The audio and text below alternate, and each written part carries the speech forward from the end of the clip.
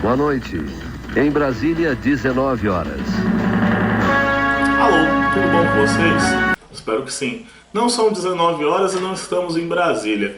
Esse vídeo é só para ser a introdução do nosso vídeo curto especial sobre a Era Vargas.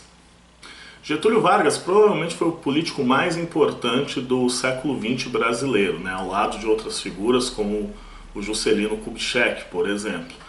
E Vargas governou o Brasil da primeira vez de 1930 até 1945, né? Como todo período muito longo de tempo, nós tendemos a dividir ele em espaços menores para poder ter uma compreensão melhor da época. Então, vamos lá dividir.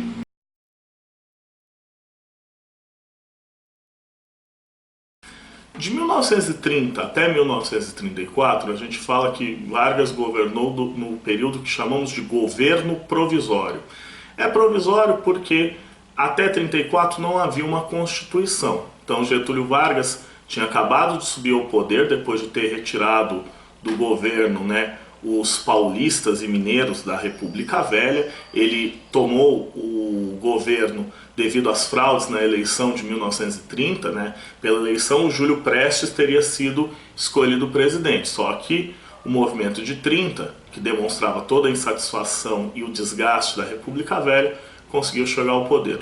Logo quando chega ao poder, Getúlio Vargas aprova algumas leis trabalhistas, né, como jornada de trabalho de 8 horas e férias remuneradas. Isso dá a Vargas o apoio das classes populares urbanas. Lembrem-se, o Brasil já tinha começado a mudar e estava se tornando um país mais urbano. Ainda a maior parte da população vivia no campo, mas o apoio popular nas cidades contribuiu muito para o governo de Vargas.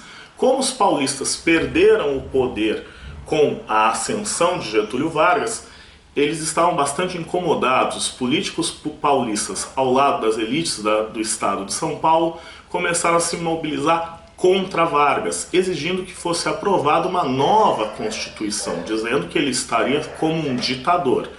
Evidentemente, os paulistas estavam pouco ligando para a legalidade, para a lei e para o futuro do Brasil. Estavam simplesmente preocupados por terem perdido o seu lugar de destaque dentro da política nacional.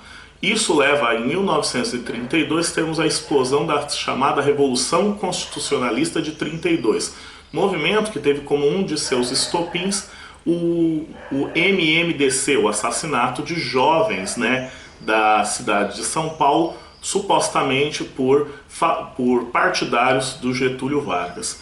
Então, o que vai acontecer é que em 1932, a partir de 9 de julho, por alguns meses aí na sequência, os paulistas vão lutar contra Getúlio Vargas.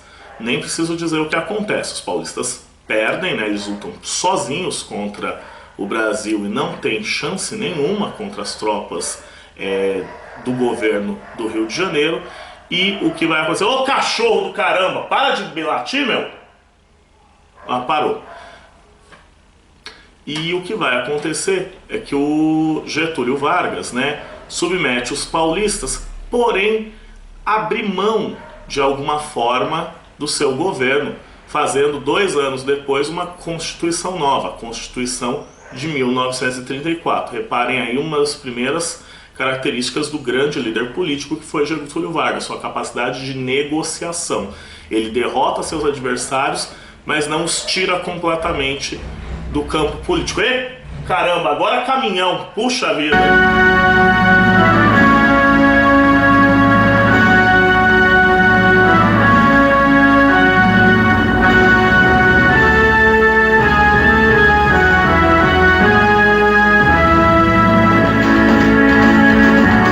Esses são os destaques da edição de hoje da Voz do Brasil.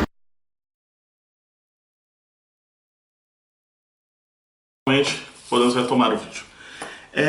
Então, os paulistas em 1934, em 1932 foram derrotados, mas a Constituição de 1934 que foi feita, de certa maneira, uma espécie de concessão aos paulistas, demonstrando que Vargas sabia negociar, de certa maneira, com seus adversários, né? Não tentando destruí-los absolutamente, mas tentando fazer um governo de certa coalizão. Então, em 34 se inicia a segunda fase do governo de Vargas. De 1934 até 1937 é o período que chamamos de governo constitucional. A Constituição que tinha sido aprovada previa eleições em 4 anos, moto do caramba, 1938, né? E ela trouxe algumas alterações, como a criação do Tribunal Superior Eleitoral para evitar o voto de cabresto. O voto de cabresto, as eleições mais fraudadas, como eram na República Velha, né? Previa o voto feminino, né? Só em 1934 as mulheres tiveram direito de voto assegurado pela Constituição. Porém, entre os anos de 34 e 37, o que nós vemos? A polarização da política brasileira em 2 blocos. De um lado, a Ação Integralista Brasileira, um grupo fascista, né, inspirado no nazismo alemão e no fascismo italiano, né, grupo de extrema direita, e por outro lado a ANL, Ação Nacional Libertadora, de esquerda, com forte influência do Partido Comunista, né, e de seu líder Luiz Carlos Prestes.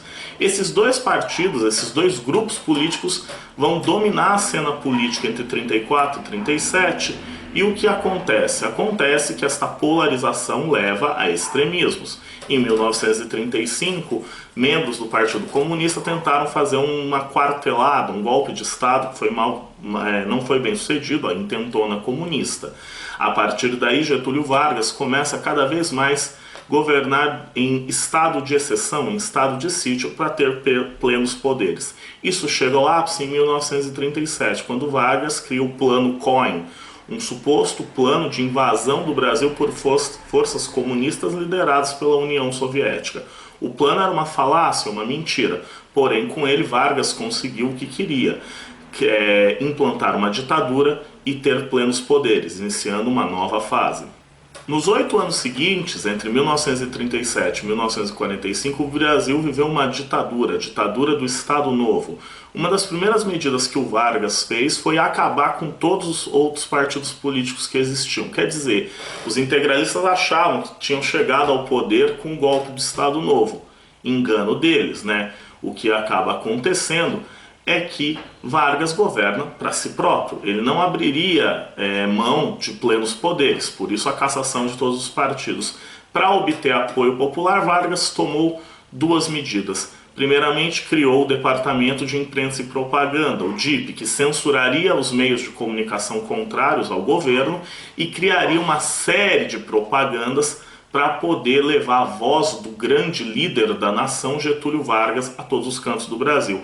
A música que nós ouvimos no começo era a antiga introdução do programa A Voz do Brasil, criado pelo DIP para fazer propaganda nas rádios. Lembrando que o rádio era o principal meio de comunicação da época.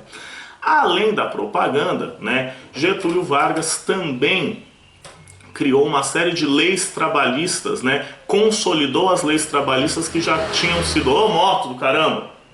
Consolidou as leis trabalhistas que já tinham sido criadas, né? Lá no início, na primeira fase do governo. É a tal da CLT, Consolidação das Leis do Trabalho. Então Vargas tinha grande apoio popular, eram as raízes daquilo que viria a se tornar o populismo dos anos 50 e 60, né? Além disso, durante o Estado Novo é o momento em que o Brasil participa ativamente da Segunda Guerra Mundial, né? O Brasil tinha uma posição estratégica que os norte-americanos queriam aproveitar. Mesmo o governo de Vargas tendo alguns traços fascistas, como o culto ao líder, o personalismo e o uso da propaganda, Roosevelt se aproxima de Getúlio Vargas e Vargas vai conseguir uma boa barganha. Quer dizer, os americanos querem utilizar as bases navais brasileiras no Nordeste, tudo bem, desde que o Brasil ganhe algo em troca. Com isso, Vargas conseguiu a construção da CSN, Companhia Siderúrgica Nacional, e a ampliação do nosso parque industrial. O Brasil participa da guerra, uma participação louvável, heróica, principalmente na região da Itália, né? As batalhas que vão levar à queda de Mussolini. Com o fim da Segunda Guerra se aproximando, Vargas percebe que governos de tipo ditatorial, como o dele estavam saindo de moda, quer dizer, ele começaria a sofrer mais e mais oposição, porque afinal de contas o Brasil lutou contra as potências fascistas e tínhamos um governo muito mais fascista do que democrático. Sendo assim, Vargas escolhe o momento de abandonar o governo. Ele vai chamar novas eleições e isso levará ao início de uma nova fase da democracia brasileira. Mas isso é história para outro vídeo. Espero que tenham gostado. Grande abraço a todos. Não esqueçam-se de compartilhar, favoritar, que o canal vai crescer cada vez mais.